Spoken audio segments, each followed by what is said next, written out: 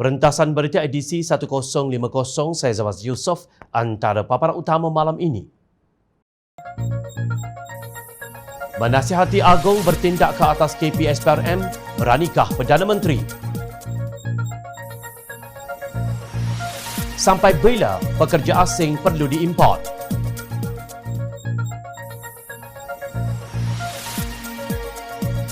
Jangan sesekali menjadikan media kambing hitam.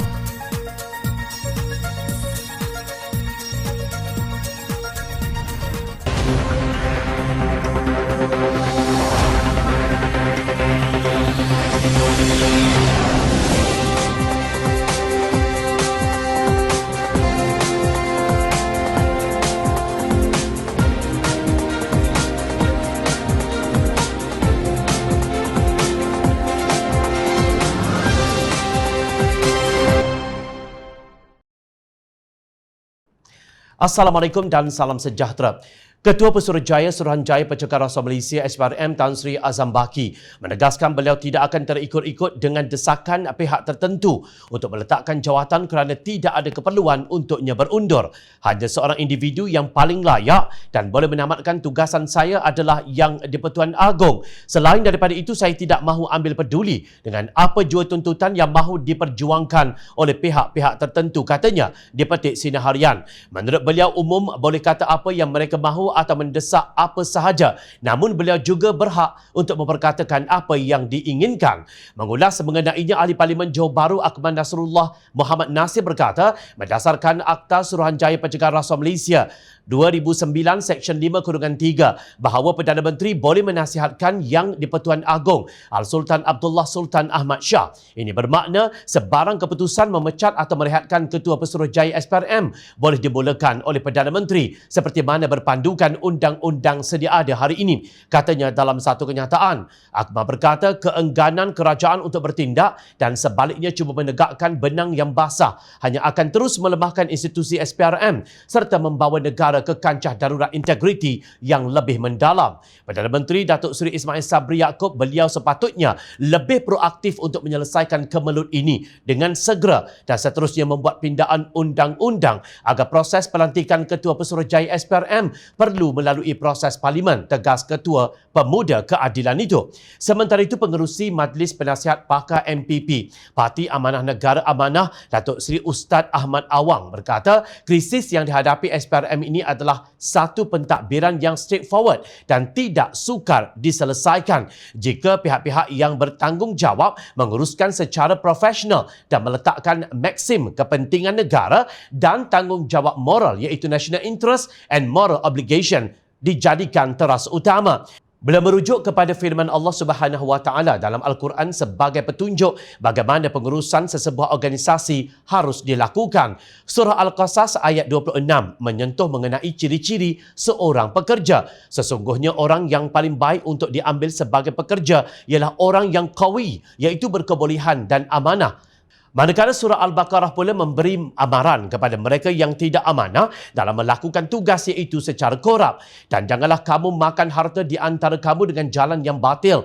Dan janganlah kamu menyuap dengan harta itu kepada para hakim dengan maksud agar kamu dapat memakan sebahagian harta orang lain itu dengan jalan dosa. Padahal kamu mengetahuinya. Surah Al-Baqarah ayat 188. Jom kita rujuk kembali isu-isu substantif yang kini menjadi perbincangan pelbagai pihak. Pertama, Tan Sri Azam Baki pernah memiliki saham sebanyak 1,930,000 unit di Gates Global Berhad dalam tahun 2015 dan 2.156 juta unit di Excel Force MSC Berhad dalam tahun 2016.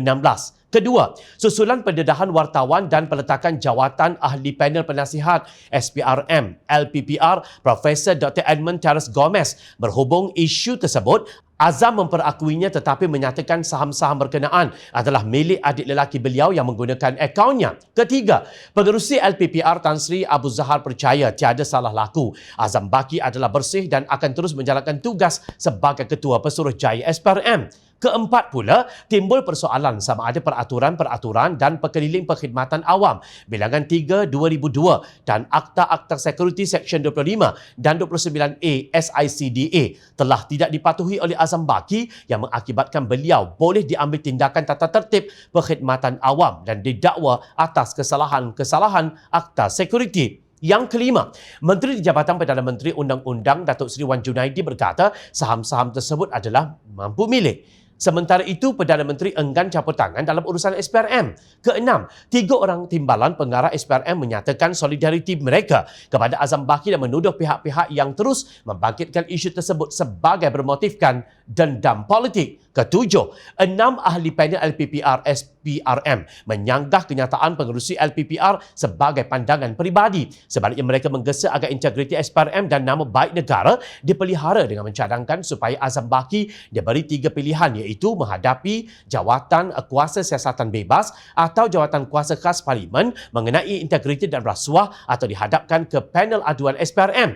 Dan yang ke-8, tiada kenyataan rasmi untuk menyelesaikan krisis keyakinan rakyat terhadap integriti SPRM dan kesungguhan kerajaan untuk memulihkan nama baik Malaysia di peringkat antarabangsa. Justru, Majlis Penasihat Pakar Amanah mempersoalkan komitmen kerajaan dalam menangani isu penting yang melibatkan maruah negara. Apa sebenarnya tugas Perdana Menteri? Soal Ahmad Awang. Prihatin dengan segala permasalahan tersebut, MPP menyarankan 5 tindakan yang boleh diambil oleh kerajaan demi kebaikan negara, mempertahankan integriti SPRM dan memulihkan keyakinan rakyat kepada proses kedaulatan undang-undang dalam negara tercinta ini.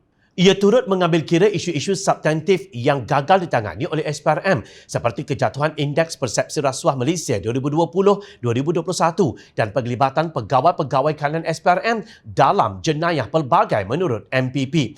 Saranan tersebut tidak rumit jika kerajaan diterajui oleh Melayu Islam benar-benar ikhlas untuk menyelesaikan isu ini berpandukan kepada firman Allah Subhanahu Wa Taala dalam surah Al-Qasas dan Al-Baqarah yang dibacakan tadi.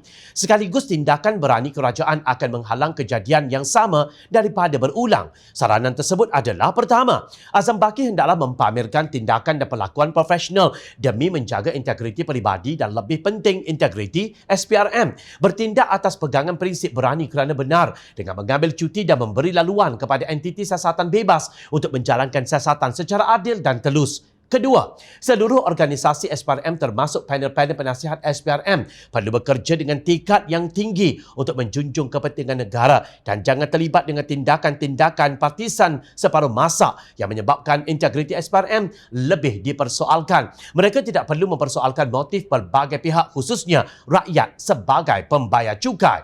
Ketiga, cadangan daripada 6 panel LPPR yang memberikan pilihan 3 cadangan penyelesaian terhadap isu integriti Azam Baki dan SPRM wajar dijadikan panduan dan tindakan penyelesaian yang wajib dilaksanakan segera.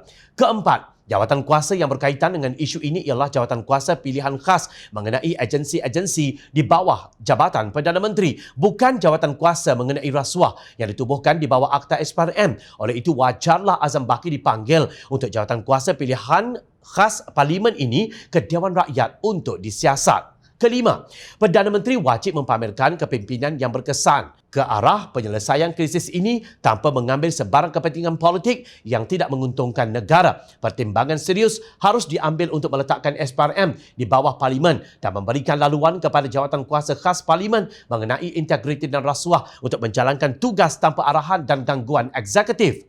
Perdana Menteri perlu menjadikan kabinet pimpinan beliau berfungsi dengan cekap tanpa gentar, mengambil keputusan-keputusan yang berpihak sepenuhnya kepada proses undang-undang dan kedaulatan negara. Gagal berbuat demikian yang amat berhormat Perdana Menteri bakal dikenang oleh rakyat sebagai PM paling gagal dalam sejarah negara kerana 2 kegagalan besar berturut-turut, gagal menangani banjir 2021 dan gagal menyelesaikan krisis integriti SPRM 2022, tegas Ahmad Awang. Rakyat nak apa sebenarnya? Rakyat yang prihatin hanya inginkan SPRM supaya menjadi satu badan bebas dan efektif dalam membanteras rasuah. Beranikah Ismail Sabri menasihati Agong untuk mengambil tindakan terhadap Azam Baki? Tolong jawab persoalan ini. Tahun ini Malaysia membuka pintunya kepada pekerja Bangladesh selepas pembekuan selama 3 tahun. Satu memorandum persefahaman MOU telah dimeterai pada 19 Disember lalu di Kuala Lumpur ketika rakyat sedang dilanda banjir besar dan ada yang diserang tsunami bala. Perjanjian tersebut kata Badan Bukan Kerajaan Hak Pekerja. Tenaga nita bukan sahaja ditandatangani secara tertutup, malah butiran dokumen turut diselubungi rahsia. Kerahsiaan berhubung perjanjian yang dimeterai dua negara itu dikritik oleh pengarah tenaga nita Joseph Paul. Beliau berkata berdasarkan dokumen yang dimuat naik di laman Facebook Kementerian Kebajikan, Ekspatriat dan Pekerjaan Luar Negara Dhaka, semua kos yang dibayar pekerja di kedua-dua negara akan ditanggung sepenuhnya oleh pihak majikan. Ia sejajar syarat di bawah Konvensyen Pertubuhan Buruh Antarabangsa berkaitan. Caranya perlu sedemikian yang majikan membayar yuran penuh pengambilan atau ia mungkin diklasifikasikan sebagai ikatan hutang, katanya lapor Free Malaysia Today. Bagaimanapun, Paul berkata tenaga nita bimbang MOU itu mungkin tidak mempunyai peruntukan mengenai cara menangani penganiayaan yang dihadapi pekerja asing oleh pihak majikan. Kami tidak mahu pengambilan dilakukan dengan cara rahsia yang boleh membawa kepada dakwaan buruh paksa. Banyak firma besar di Malaysia menanggung akibatnya untuk tindakan sedemikian dan ia mesti dielakkan dengan semua cara. Media Bangladesh Daily Star melaporkan ejen rekrut di Dhaka mendakwa banyak syarikat palsu mendakwa surat tuntutan kerja dari Kementerian Dalam Negeri di Malaysia menggunakan cara yang meragukan. Suruhanjaya Tinggi Bangladesh di Kuala Lumpur turut meluluskannya tanpa pengesahan. Itu menyebabkan keadaan di mana pekerja ke sana dan berdepan eksploitasi, termasuk pengangguran, tidak dibayar gaji dan gaji berkurangan, dakwa akhbar tersebut. Paul berkata jika pengambilan itu tidak dikawal dan dipantau secara bersungguh-sungguh oleh pihak berkuasa berkaitan di kedua-dua negara, ia mungkin membawa kepada satu lagi keadaan kucak-kacir seperti dahulu. 3 hari lalu, Menteri Sumber Manusia Datuk Seri M. Saravanan menasihatkan majikan tidak menggunakan pihak ketiga atau orang tengah yang kononnya boleh mempercepatkan proses permohonan membawa masuk pekerja asing. Kemasukan pekerja asing untuk semua sektor pekerjaan diluluskan dalam mesyuarat Jemaah Menteri pada 10 Disember lalu. Untuk semua sektor yang dibenarkan iaitu pertanian, perkilangan, perkhidmatan, pelombongan dan juga kuari, pembinaan dan perkhidmatan domestik, katanya, seperti dipetik Berita Harian. Kenyataan Saravanan itu seolah-olah mengesahkan dakwaan media Bangladesh itu. Sementara itu, Menteri Tenaga dan Sumber Asli Datuk Seri Taqiyuddin Hassan berkata tarif baharu elektrik bagi tahun ini sehingga 2024 tidak akan membebankan rakyat. Keadaan negara sekarang yang baru pulih daripada pandemik COVID-19 dan krisis ekonomi berikutan wabak itu telah menjadikan pertimbangan kepada kerajaan dalam menentukan kadar tarif elektrik baharu, katanya, lapor bernama. Menurut beliau, tarif baharu tersebut turut melibatkan ekonomi industri dan juga komersial. Sekejap, apa kaitannya kenaikan tarif dan kemasukan pekerja asing dengan kita? Adakah ia memberi kesan kepada negara kita dan rakyat Malaysia khasnya? Dengar baik-baik. Pertama, kemasukan pekerja asing bakal menjejaskan masa depan anak-anak kita yang bakal meninggalkan alam persekolahan dan mencari pekerjaan bagi mereka yang memilih untuk tidak melanjutkan pelajaran di institusi pengajian tinggi. Ini kerana mereka bukan hanya memenuhi sektor pekerjaan 3D, iaitu dirty, dangerous, difficult atau kotor, bahaya dan sukar, seperti pelombongan, kuari dan pembinaan, tetapi juga perkilangan, perkhidmatan dan perkhidmatan domestik. Lebih-lebih lagi jika kemasukan mereka tidak terkawal, lalu majikan yang tidak bertanggungjawab boleh membayar dengan gaji yang rendah atau mengamalkan skim buruh paksa. Dalam situasi ini, sudah tentu majikan yang jahat akan memilih pekerja asing yang mudah dieksploitasi dan meminggirkan pencari pekerjaan tempatan. Rakyat tempatan akan kekal menganggur. Kedua, bagi industri dan komersial, kenaikan tarif elektrik akan menaikkan kos pengeluaran. Itu pasti. Adakah pihak industri dan komersial akan menyerap pertambahan kos pengeluaran tanpa menaikkan harga barangan siap? Adakah pihak industri dan komersial akan terus memberi gaji yang dituntut oleh Kesatuan Sekerja jika mereka juga sedang bergelut dengan kenaikan kos pengeluaran? Ahli Dewan Undangan Negeri Permatang Pasir, Muhammad Faiz Fazil, menggesa kerajaan untuk membatalkan hasrat untuk menaikkan tarif elektrik. Kesan pandemik COVID-19 ke atas ekonomi rakyat masih belum pulih dan sebarang kenaikan tarif elektrik pasti menambah keperitan hidup yang sedang ditanggung. Yang perlu dibanyakkan adalah poket rakyat dan bukannya kantung TNB. Tenaga Nasional Berhad TNB pada 9 bulan pertama tahun kewangan 2021 mencatatkan keuntungan bersih sebanyak 2.78 bilion ringgit, iaitu 17% lebih tinggi daripada tempoh sama tahun sebelumnya. Jumlah ini mencukupi bagi TMB menampung apa-apa kenaikan kos demi membantu meringankan beban rakyat, katanya dalam satu kenyataan. Sebaliknya, kata Faiz, kerajaan harus menumpukan kepada golongan B10 atau berpendapatan bawah RM2,500 dan M40 telah jatuh ke dalam B40. Pertumbuhan ekonomi lebih teruk daripada jangkaan awal. Pengangguran kekal di atas paras 700,000 individu dan harga barangan asas meningkat mendadak. Di pasaran modal pula, aliran keluar bersih pelabur asing adalah hampir RM3.15 bilion pada tahun 2021. Indeks KLCI juga adalah kedua tercorot di Asia, tegasnya. Beliau menyenaraikan 5 strategi yang mampu memulihkan ekonomi negara dan kehidupan rakyat, iaitu pertama, meningkatkan gaji minima, termasuk pengenalan gaji minima graduan. Kedua, mengurangkan kos barangan di pasaran, khususnya barang keperluan asas. Beliau mencadangkan agar cukai SST atas barang keperluan asas digantung sementara untuk 6 bulan bagi menurunkan harga. Ketiga, memberikan bantuan keuangan kepada syarikat mikro dan PKS untuk meringankan beban kos tetap mereka untuk 6 bulan pertama 2022. Keempat, membentangkan pelan khas jangka panjang bagi menyelesaikan krisis pasca persaraan negara. Semakin ramai rakyat Malaysia berdepan dengan kekurangan simpanan persaraan. Dan yang kelima, meningkatkan peluang pekerjaan di pasaran kerana ini adalah masa yang sesuai untuk menggantikan sebilangan besar pekerja asing dengan warga negara Malaysia. Pada masa yang sama, pengampunan boleh diberikan kepada pekerja asing tanpa permit dan mereka ini boleh ditempatkan semula di industri-industri yang mengalami kekurangan pekerja tanpa perlu mengimport pekerja baharu.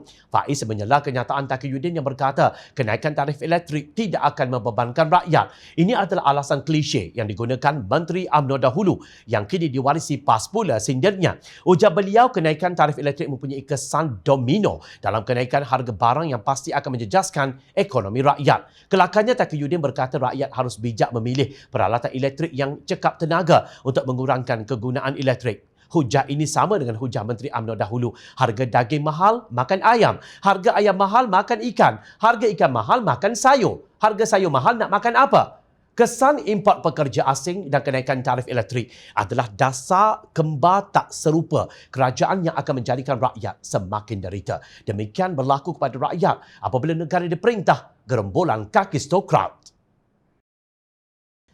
Pengerusi Lembaga Penasihat Pencegahan Rasuah LPPR Tan Sri Abu Zahar Ujang perlu meletakkan jawatan dan tidak menyalahkan pihak media berikutan kontroversi yang timbul ekoran sidang medianya pada 5 Januari lalu, kata tokoh wartawan Tan Sri Johan Jaafar. Johan yang juga bekas pengerusi panel penasihat Suruhanjaya Pencegahan Rasuah Malaysia SPRM berkata menyalahkan media adalah tidak wajar.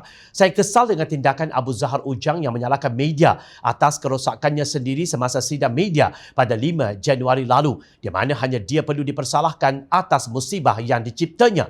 Menyalahkan media atas kegagalannya sendiri adalah tidak bertanggungjawab dan tidak wajar dilakukan, kata Johan seperti dipetik The Star.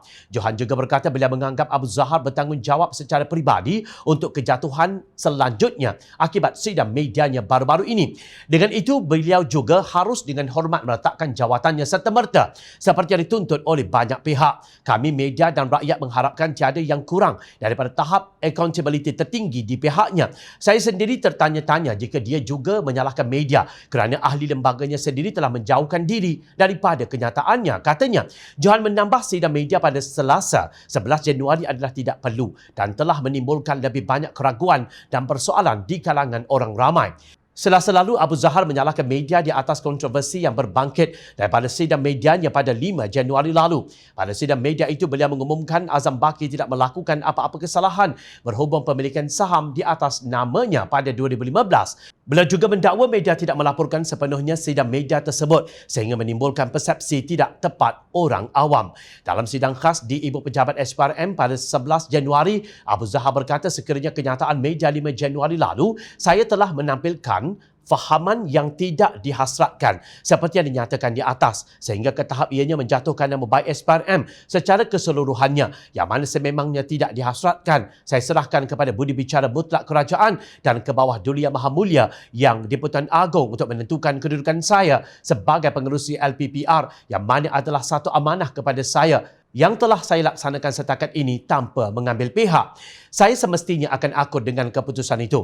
Menarik untuk kita kenali siapa Abu Zahar Ujang. Beliau adalah seorang ahli politik daripada Parti UMNO. Antara jawatan yang telah beliau pegang sebelum ini ialah yang di-Pertua Dewan Negara dari tahun 2010 hingga 2016, Ahli Parlimen UMNO Kuala Pilah dari tahun 1965 hingga 1999, Ahli Dewan Undangan Negeri UMNO Pilah dari tahun 1986 hingga 1995, bekas Presiden Majlis Bekas Wakil Rakyat Malaysia Mubarak. Mungkin hanya kebetulan, tapi ia tetap memberi gambaran buruk kepada parti itu yang kini diserubungi pelbagai kontroversi pecah amanah, korupsi dan penyalahgunaan kuasa yang dilakukan oleh pemimpinnya. Kenyataan beliau tidak banyak bezanya dengan Presiden PAS Tan Sri Abdul Hadi Awang yang mengecam media kerana mendedahkan kemelut yang berlaku di SPRM. Mutakhir ini kita menyaksikan bagaimana peranan media dalam menyebarkan berita salah laku seseorang sebelum ia dibawa kepada penentuan Badan Kehakiman. Katanya dalam tulisannya yang bertajuk Apabila Media Menjadi Hakim yang diterbitkan Harakah Daily pada 9 Januari 2022. Menurut beliau, sangatlah malang bagi negara dan masyarakat yang memberikan kebebasan kepada media sehingga ia boleh menjatuhkan hukuman mendahului keputusan oleh Badan Kehakiman yang berwibawa. Katanya lagi lebih malang lagi jika masyarakat yang tenggelam dalam kejahilan terdedah kepada tindakan menjatuhkan hukuman terhadap seseorang. Beliau menyandarkan kepada hujahnya kepada surah Al-Hujurat ayat 6 yang bermaksud, wahai orang-orang yang beriman, jika datang kepada kalian seseorang yang fasik membawa sesuatu berita, maka selidiklah dahulu untuk menentukan kebenarannya supaya kalian tidak menimpakan sesuatu kaum dengan musibah akibat kejahilan kalian mengenainya sehingga menyebabkan kalian menyesali apa yang kalian telah lakukan. Jika Abu Zahar mendakwa media salah lapor, Hadi lebih dahsyat kerana telah menyiratkan pengamal media sebagai golongan yang fasik, sesat, menyesatkan, tidak berpandukan hidayah dan tiada ilmu. Begitulah hasilnya, tuan-tuan, apabila ahli politik yang berfikiran singkat bercakap. Sedangkan 6 anggota LPPR yang terdiri daripada Tan Sri Ismail Omar, Datuk Seri Azman Ujang, Datuk Seri Akbar Sata, Datuk Hamzah Kasim, Datuk David Chua Kok Ti dan Profesor Datuk Dr. Muhammad Agus Yusof berkata pandangan Abu Zahar adalah pandangan peribadi. 6 anggota LPPR tersebut tidak mengutip berita dari longkang sebelum mengeluarkan kenyataan mereka. Adakah mereka juga tergolong sebagai fasik kerana mengeluarkan kenyataan yang bercanggah dengan pendapat Abu Zahar? Kemelut yang melanda SPRM tiada kena-mengena, tiada kaitan dengan media barat yang sekular kerana media berpandukan kepada etika pelaporan yang benar berdasarkan kepada yang dilihat dan didengar. Justru Jom Channel bersetuju dengan pandangan tokoh media Johan Jaafar bahawa Abu Zahar wajar meletakkan jawatan kerana beliau sudah hilang kredibiliti sebagai pengerusi LPPR. Terkini difahamkan Azam dikehendaki hadir di hadapan jawatan kuasa pilihan khas Parlimen mengenai agensi-agensi PSC di bawah Jabatan Perdana Menteri 19 Januari ini. Di sana nanti beliau boleh memperkatakan apa sahaja yang beliau ingin katakan. Bagi Presiden PAS, Jom Channel harap beliau memikirkan semula implikasi ayat yang digunakan untuk mengugut media yang berbunyi. Adakah kita mahu menjadi rosak di dunia atau dihumban ke neraka di akhirat seperti mana mereka yang sesat fikirannya? Rakyat yang mengikuti kes ini dengan teliti tentu boleh menjawab siapa sebenarnya yang sesat fikirannya dan tidak bersandarkan kepada fakta. Jangan perbodohkan rakyat di zaman maklumat di hujung jari. Media adalah suara rakyat. Tanpanya, negara boleh jadi anarki. Perlu diingat, rakyat sentiasa memerhati.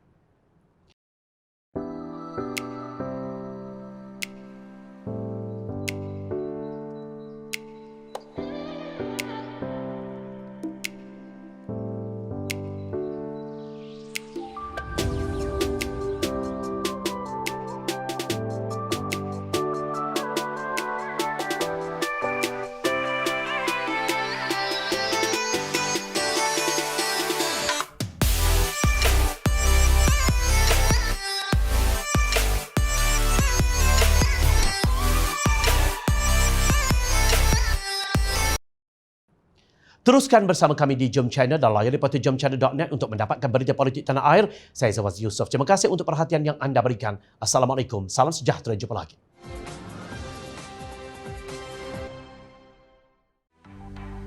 Mencari maklumat dan berita politik yang bebas. Kupasan yang tepat. Panas. Dapatkannya secara eksklusif hanya di Jom Channel. Komitmen kami, rentasan berita Isnin hingga Jumaat. Berbicara dan isu semasa, kami garapkan secara langsung. Panel-panel berkaliber dan profesional. Interaktif, pandangan anda kami raikan. Jangan lupa bersama kami di setiap hujung minggu dalam edisi khas mingguan. Jom Channel, moving forward, sharing a new experience.